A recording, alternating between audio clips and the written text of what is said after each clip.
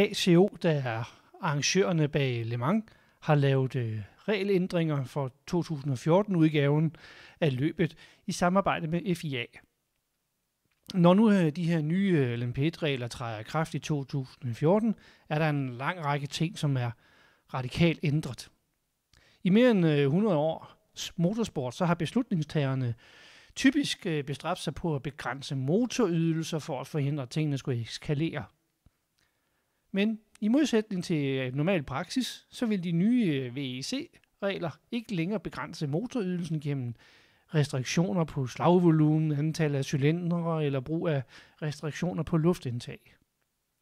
I stedet er det energiforbruget i en racerbil, der nu er kommet i centrum. Og ændringerne de omhandler primært allokering af brændstof med henblik på at reducere forbruget i LMP1-klassen. Regelændringerne forsøger dermed at fremskynde udvikling af ny teknologi, der er mindre brændstofkrævende. Indtil nu har turbodieselmotorerne i f.eks. Audi R18 e-tron Quattro været begrænset til en 3,7 liter slagvolumenmotor, mens den tilladte maksimumstørrelse på benzinmotor, der bruges i LMP1-racerbilerne, var 2 liter for turbomotorer og 3,4 liter for indsugsmotorer. Og dengang var der også restriktioner på luftstrømmen til motoren. Det var 45,1 mm i tilfælde af Audis V6 TDI, men i fremtiden så vil benzin- og dieselmotorerne have lov til at ånde frit. Og mens der før var begrænsninger på indsugning, så er der så ikke det længere. Ladetryk på turboladerne er også blevet øget. Tidligere var det sådan, at dieselerne de måtte have 2,8 bars tryk, og benzin-turboerne måtte have 2,5 bar i tryk. Men i dag er det nu tilladt at køre helt op til 4 bar. Og det giver en ny udfordring for konstruktørerne. Men altså energi og forbrug er det centrale element for fremtiden. Bilproducenterne skal vælge en af 4 energiklasser, og energidiagrammerne vil så definere det maksimale forbrug per omgang.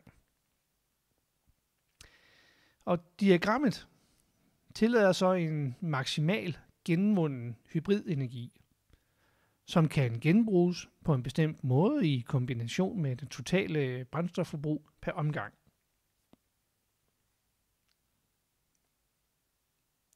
Alle racerbiler vil få installeret en flowmeter, ligesom vi ser det i Formel 1, og den vil så kontrollere brændstofforbruget og hybridenergien, og disse data de overføres så til marshallsene ved hver omgang.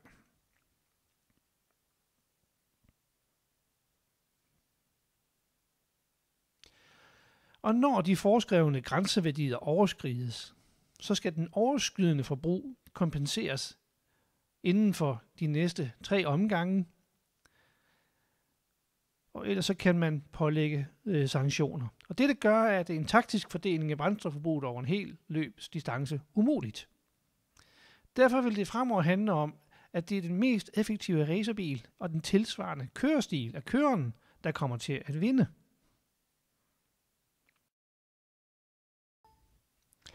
ACO håber at reducere brændstofforbruget med 30% sammenlignet med de nuværende biler med den samme ydelse.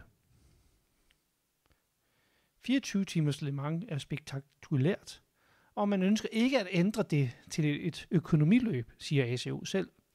Formålet med at begrænse brændstofsmængden er at simplificere reglerne og undgå et mere omfattende regelsæt med teknologiske begrænsninger. Det skal motivere udviklingen af kraftfulde og spektakulære biler, og også udviklingen af teknologier, der får betydning for hverdagens bilister, mener FIA.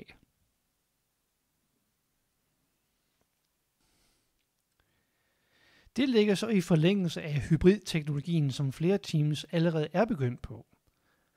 Der er dog en undtagelse for de privat anmeldte biler, der ikke anvender hybridteknologi. Reglerne for dem vil ikke være så restriktive, fordi de fortsat skal kunne udfordre fabriksholdene. De private teams opererer typisk med langt mindre budgetter, og penge til forskning og udvikling skal altså ikke give de mindre privatanvendte hold en ulempe. Sikkerheden er et andet omdrejningspunkt for de nye regler. Sidestillingen af racerkørerne er ændret med henblik på at forbedre udsyn fra cockpit. Køreren skal nu sidde i en mere oprejst position i cockpittet, og deres vinkel på udsynet fremad er blevet forstørret, og særlige udskæringer bagtil for at optimere udsynet på begge sider af bilen. Monokokken er designet til højere belastninger. Særlige ydre lag skal beskytte mod indtrængen af spidse genstande. Hjul skal fortøjes, som skal hjælpe mod eller forhindre, at hjulene falder af fra ophænget i forbindelse med ulykker. Fra 2014 skal LMP1 racerbilerne for første gang også være udstyret med crashbokse på bagsiden af køretøjet, for bedre at kunne absorbere energi i forbindelse med påkørsler bagfra. Så sjældent har man set så fundamental nytænkning. Alle de nye krav har betydet, at alle må bygge en helt ny racerbil.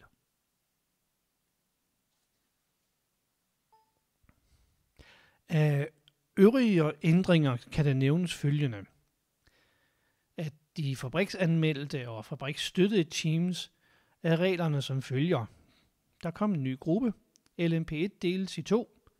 Der findes nu en LMP1H. Det er de fabriksstøttede, H fra High. Og bilerne, der så skal anmeldes via deres energiforbrug, bliver delt i 2 grupper. Dem, som har en 2 megajoule hybridsystem, de må så bruge 4,8 liter benzin eller 3,93 liter diesel per omgang. Hvis bilen er udstyret med et 8 megajoule hybridsystem, må man bruge 4,42 liter benzin eller 3,56 liter diesel per omgang. De private anmeldte, som ikke har et hybridsystem, må bruge 4,95 liter benzin eller 3,99 liter diesel per omgang. Og denne gruppe kommer så til at hedde LMP1 L for low. Og så andre ting, sådan ganske kort. De åbne sportsvogne i LMP1-klassen er helt forbudt. Det skal være lukkede sportsvogne. Det, som jeg nævnte før omkring udsynet, skal forbedres, og sidestilling i denne forbindelse. Og ruderne bliver større. Den tidligere maksbredde på bilerne var 2 meter. Nu bliver det altså maks 1,90 meter. Og dækstørrelsen bliver også mindre. Og vægten, der tidligere var på 900 kilo, kommer nu ned på maks 870 kilo.